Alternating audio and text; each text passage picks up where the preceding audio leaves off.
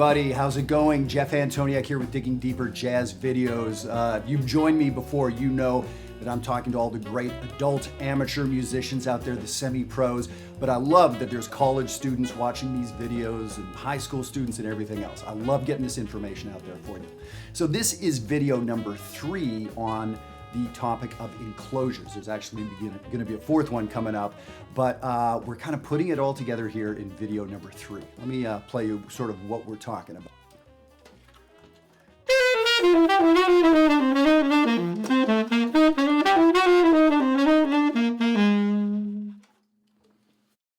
So all that stuff, all that wiggly, bebop, chromatic, whatever you want to call it, that was a lot of enclosures. Now, these Digging Deeper videos are always for all instruments. Anybody that's playing solos, and this would include bass players and guitar players and piano players, all the horns, vocalists. Frankly, drummers should know about this stuff too, the idea of how these melodies work and how you could translate it to the drums. Okay, so I hope you checked out 2 previous videos called Enclosures number 1 and called Enclosures number 2. And the idea there is we were starting with this idea of a chromatic half-step approach. So you can watch this video if you haven't seen those, but if you really want to get this under your fingers, starting at the beginning is always a good way to go. So let me just play you an example. So now I'm using a B-flat concert triad as an example, and what I'm going to do is approach each of the triad notes by a half step. Many of you have seen this.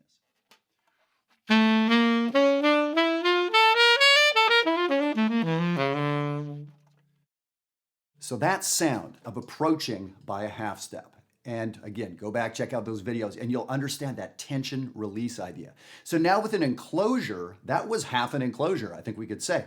An enclosure is starting below the note, going to above the note, and then the target note.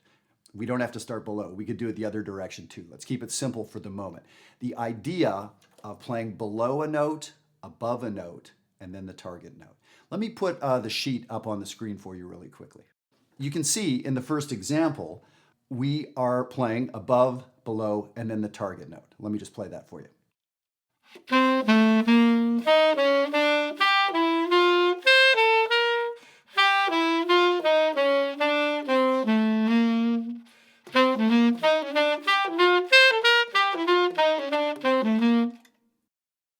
So what we're getting there, that's an enclosure. You've heard this sound before, and not just in jazz and bebop. You've heard this in classical music too, right? And the idea is the above note is a tension. The below note is a tension, probably a stronger tension, and then a resolution, right? So to me, this reminds me of language. A little baby, when a little kid, a little baby, sees an ice cream cone, they say, ice cream. And they point at it and they say what the thing is. Kind of like a beginning improviser sees a C7 chord and what do they play? C. Great, nothing wrong with that. That's developmental. That's where you're at the time, right? But now the idea of when you get a little older, when you're 10 years old and you see an ice cream cone, instead of saying ice cream, you may say, hey, it's kind of hot outside, isn't it? Wouldn't a snack be nice? And you kind of work the situation, right? So you don't just say the thing, you say something about the thing. You say something around the thing. You create some tension that leads to the thing. You get a little hipper, right? So that's what we want to do with these enclosures. So kids learn that on their own with language, right? And jazz musicians and classical musicians have been doing this forever. So this idea of wanting to play, in the example on the sheet, a C, but instead we're going to precede it by a note above and a note below.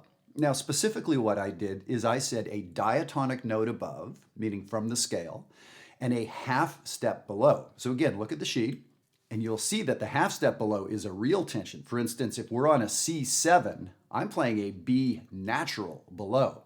If I'm enclosing the E of the C7, the third of that C triad, I'm playing a D sharp below, a real tension, right? So that is what we want. We don't want to make this very consonant. We want to make tension, tension, release. That's what enclosures are about. It's an amazing melodic shape. I would call it a melodic shape. I have some licks on this sheet. By the way, I'd be happy to send you the sheet. Write me an email at diggingdeeperjazz@gmail.com. But I think if we think of this as a device, like a whole family of melodic device, we can come up with our own licks. And that's kind of where we're going in the next video, Enclosures number 4. So I tell you what, let me play through each of the examples on the sheet. I'm going to play number 1, number 2, and number 3.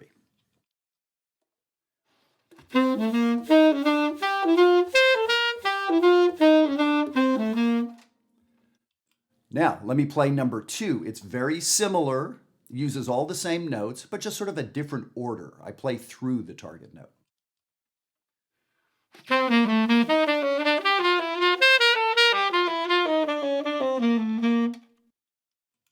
And now let me play example 3 for you. And in example 3, we have a little bit of a pickup. It's all the same notes. It's just sort of how we start them, where we begin, what happens with them. So check this one out, number 3.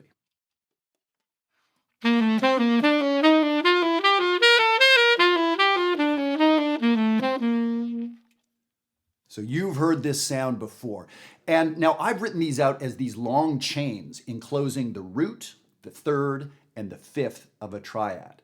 That is typically what we see. Now, so what I'll say is we typically see enclosing the triad notes.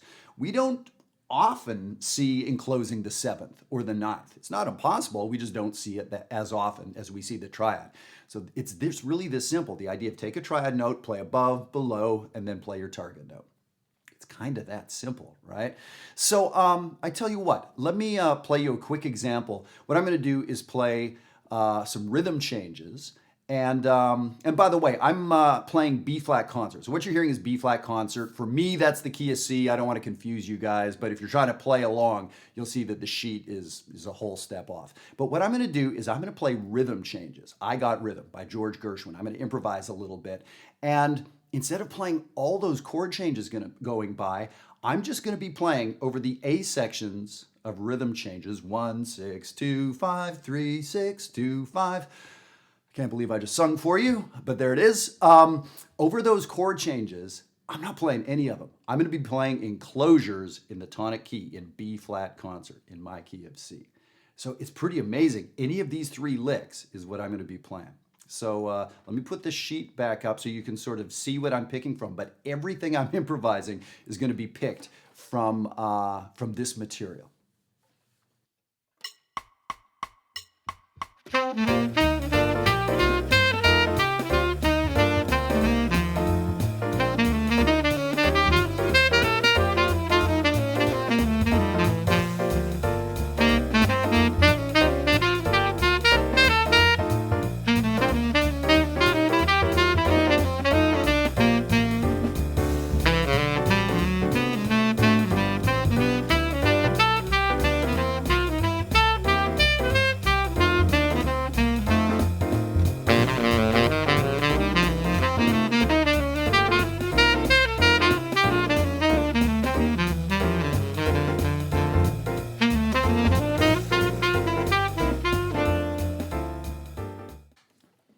All right, so I just played an entire chorus on the A sections of rhythm changes. And I'd be happy to send you the chord changes for that if you want as well. On the A sections, it's all sort of diatonic in that same key of B-flat concert. So I was able to play Enclosures around a B-flat triad, literally around B-flat, D, and F. And it worked incredibly, right? Here's the trick. When this song goes to the bridge, those chord changes are not so diatonic anymore. So I had to enclose each of those chords, the D7 to the G7 to the C7. So I had to do enclosures on the bridge. It got more intense. I had to, every 2 measures, change the triad I was enclosing. So certainly there was some background there, right? That was some work that I had to get done in advance. But it's an amazing sound, and that definitely sounded like jazz, right? Now here's the thing. I use that same device everywhere constantly. Was that a good solo? No. Would I want to play that on stage? Absolutely not. It was way too much of the same thing. But when you start getting this under your fingers and that sound in your ear, it gets pretty amazing. Okay, I want to stop for a second. We're going to pause, but then we're going to get on to the minor version. What I want to talk about really quickly is Maryland Summer Jazz. So I know some of you have heard me talk about this. Now, the folks out there that I want to connect with, you people out there, are adult amateur students, people playing on the side, or semi-pros around the country, around the world. I'm sitting here in the United States. Now, Maryland Summer Jazz is the last week. It's a 4-day workshop, the last week of July every year.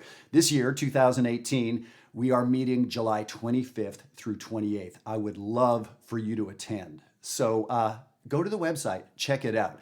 It's a blast. It's a place to get all this information, and not just information, but wisdom, figuring out how and where to use this material, and then playing. That's the important part, playing with other adult musicians. Now, here's something I learned. The internet never goes away. Nothing ever dies on the internet, right? So this could be like 100 years in the future. So if it is 100 years from now or 40 years from now and you're still seeing this video, last week of July of whatever year you're in, MarylandSummerJazz.com.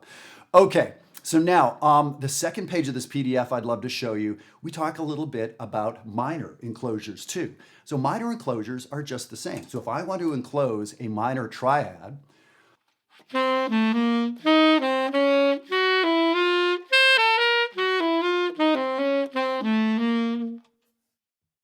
so that's it. Diatonic above, half step below. Diatonic above, half step below. The trick, and why I put two different versions for minor, is that when we say a diatonic note above the fifth, some of us will think, oh, is it a Dorian scale? Is it a harmonic minor scale? Some of us may know that there's different minor scales, and one of the big questions is, man, which do I use when, right? And so the answer is, there are sort of scientific reasons we may choose one over the other, but it gets down to what your ear wants to hear, right? So let me play that first example again, and this uses a flat sixth, a harmonic minor note, I would think of it that way, and this is on the sheet, an A flat.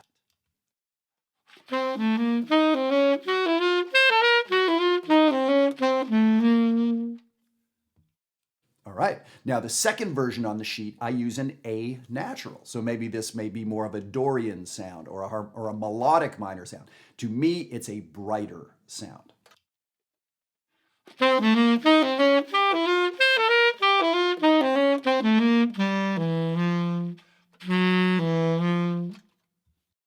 Right? They're different sounds.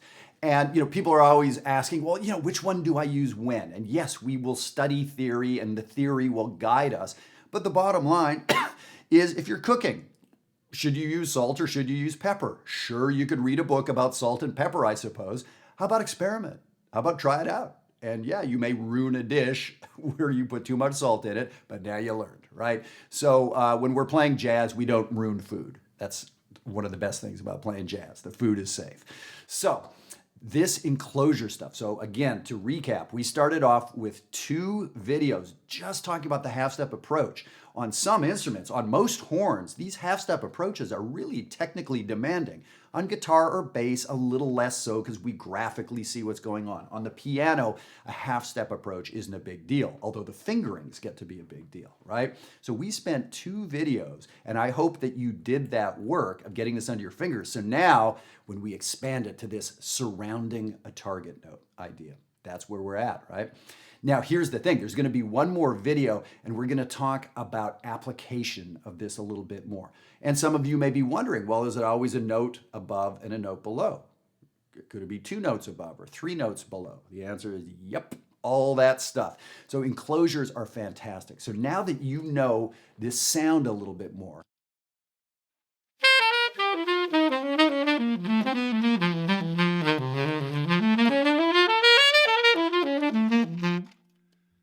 so now that you're familiar with that half-step approach, enclosure sound, that wiggly chromatic stuff, but it's not BS, is the other thing. We can play chromatically and have it be BS. By the way, that means bullshit.